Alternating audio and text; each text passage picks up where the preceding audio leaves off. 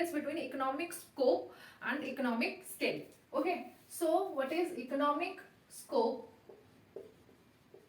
and what is economic scale? मैं बहुत ही कोशिश करूंगी जैसे बहुत प्रैक्टिकल तरीके से इकोनॉमिक स्केल, प्रैक्टिकल तरीके से एग्जांपल देके जैसे हम सबको समझ में आ जाएगा प्रैक्टिकल में एक्चुअल में ये रियल वर्ल्ड में कैसे एग्जिस्ट करते हैं ना, how it's possible. So difference क्या होता है इकोनॉमिक स्कोप में और इकोनॉमिक स्केल में. पहले इकोनॉमिक स्कोप को हम देखते हैं. तो let's say for example there are two different companies, मतलब दो फर्म है, फर्म ए है, firm A here and firm B is here. तो फर्म ए क्या करती है, ये कंपनी जो है ये प्रोड्यूस करती है, कंपनी ए प्रोड्यूस करती है लेट्स से फ्रेंच फ्राइज, ठीक है. और कंपनी बी जो है ये प्रोड्यूस करती है, कंपनी बी जो है ये प्रोड्यूस करती है let's say burger.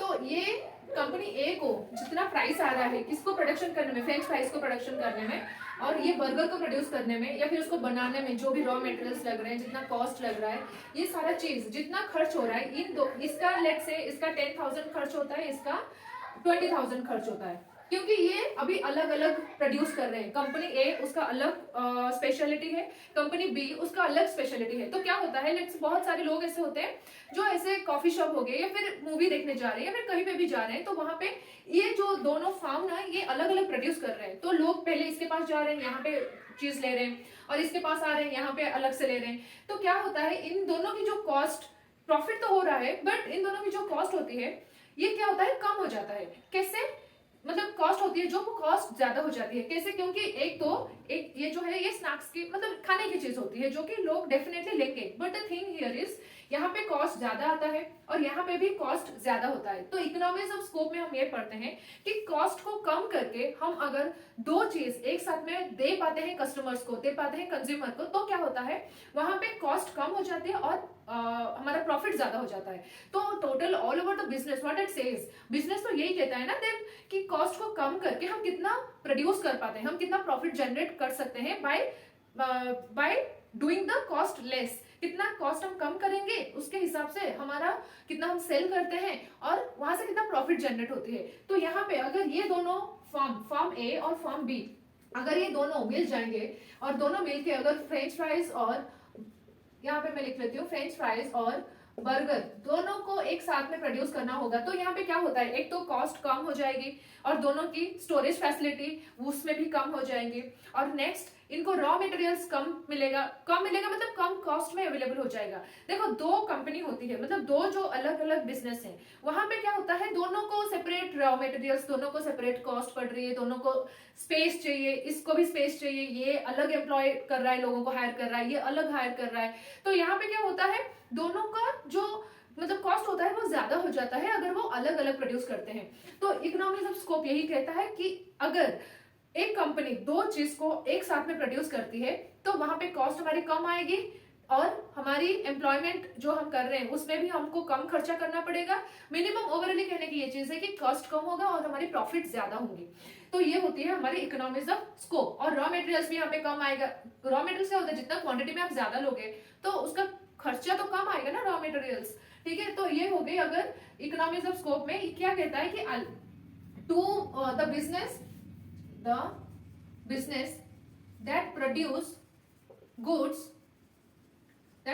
goods combinedly, या फिर ऐसे कह सकते हैं any firm that produces goods in the way of combination of any goods. अगर वो कंबाइन करके एक साथ में एक को मिला के अगर वो प्रोड्यूस करते हैं या फिर उसको बिजनेस में लेते हैं तो वो कहलाता है इकोनॉमिक्स ऑफ स्कोप, ठीक है. और इकोनॉमिक्स ऑफ स्केल जो होता है यहाँ पे एक ही गुड्स पे हम फोकस करते हैं, एक गुड्स प्रोड्यूस और जिसको हम करते हैं बल्क में प्रोड्यूस, ठीक है. जैसे कहते हैं ना कि स्केलेबल हो कि आपके बिजनेस स्केलेबल है कि नहीं, मतलब आपकी कोई एक ही प्रोडक्ट लेट्स से आप कोई सोप का बिजनेस है तो आप वो सोप का क्या कर रहे हो एक ही टाइप के एक ही वेराइटी लेट्स से लक्स कंपनी उसकी कंपनी जो है लक्स की जो कंपनी है उसको लेके वेराइटीज आप प्रोड्यूस करते हो लेकिन उसका नाम तो वही रहता है ना लक्स का. जैसे सोप हो गया या फिर कोई वॉश बॉडी वॉश हो गई या फिर कोई भी चीज हो गई उसको हम क्या करते हैं उसके ब्रांड का नेम सेम रहता है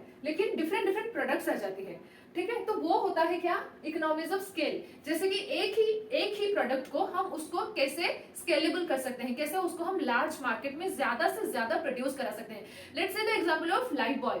लाइफ बॉय क्या होता है, एक तो उसका बड़ा भी आता है, एक छोटा भी आता है, एक 10 रुपीज का भी आता है, 5 रुपीज का भी आता है। डेटॉल, ये सारी जो चीज होती है ये होती है बल्क में प्रोड्यूस होती है। इसके साथ में क्या होता है, डेटॉल आपने देख लिया, डेटॉल का आ गया लिक्विड, आ गया डेटॉल का हैंड वॉश आ गया।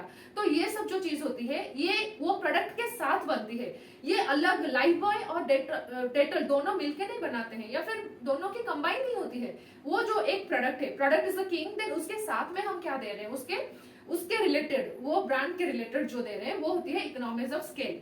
और इकोनॉमीज ऑफ स्कोप जो होती है, जैसे कि हमें पता चल गया, दोनों combination of goods we are producing because we are having the cost less cost and more profit। तो ये होती है इकोनॉमिक ऑफ स्कोप एंड ये होती है इकोनॉमिक ऑफ स्केल। और एक होती है डिस इकोनॉमिक्स ऑफ स्केल। जैसे कि अगर यहाँ पे हम क्या करें, इकोनॉमिक्स ऑफ स्केल में क्या होता है, यहाँ पे क्या क्या हो रहा है, एक ही गुड्स में हम फोकस कर रहे हैं और एक ही गुड्स का प्रोडक्शन ज्यादा कर रहे हैं, बल्क में प्रोड्यूस कर रहे हैं। ठीक है, तो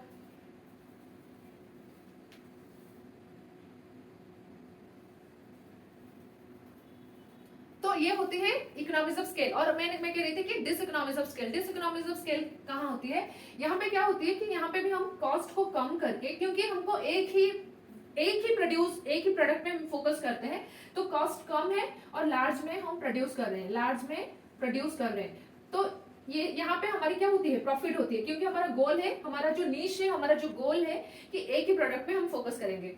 ठीक है, तो और इसको और एक है कि dis economics of scale. Dis economics of scale में क्या होता है कि अगर कोई भी प्रोडक्ट को हम प्रोड्यूस कर रहे हैं और उसका कॉस्ट ज्यादा हो रहा है, अगर कॉस्ट ज्यादा हो गया तो प्रॉफिट हमारा कम हो जाएगा। उस केस में क्या होगा, वो डिस इकोनॉमिक्स ऑफ लेस होगा। क्योंकि यहाँ पे भी डिस इकोनॉमिक्स ऑफ स्केल में इकोनॉमिक्स ऑफ स्केल जहाँ पे प्रॉफिट हो रहा है कॉस्ट को कम करके, डिस इकोनॉमिक्स ऑफ स्केल जहाँ पे कॉस्ट को ज्यादा करना पड़ रहा है और प्रॉफिट हमारा कम हो रहा है, वो होता है डिस इकोनॉमिक्स ऑफ स्केल। क्योंकि यहाँ पे हम एक ही प्रोडक्ट पे ज्यादा प्रॉफिट नहीं कर पा रहे हैं, इसीलिए वो कहलाता है कि डिस इकोनॉमिक्स ऑफ स्केल। क्योंकि ज्यादा प्रोडक्शन होने के बाद भी क्या होता है, वो कंपनी लॉस में जाती है एंड वहां पे वैरायटी ऑफ रीजंस भी होते हैं, तो उसको हम कहते हैं कि dis economics of scale. Okay, so I hope you understand the difference between economics of scope and economics of scale. ठीक है, इकोनॉमिक्स ऑफ स्केल जो होती है वो एक प्रोडक्ट पे बेस होती है, इकोनॉमिक्स ऑफ स्कोप जो होती है वो दोनों कंबाइंड गुड्स में प्रोड्यूस होती है। Okay, so I hope it helps and thank you everyone for watching this video. Jai Hind.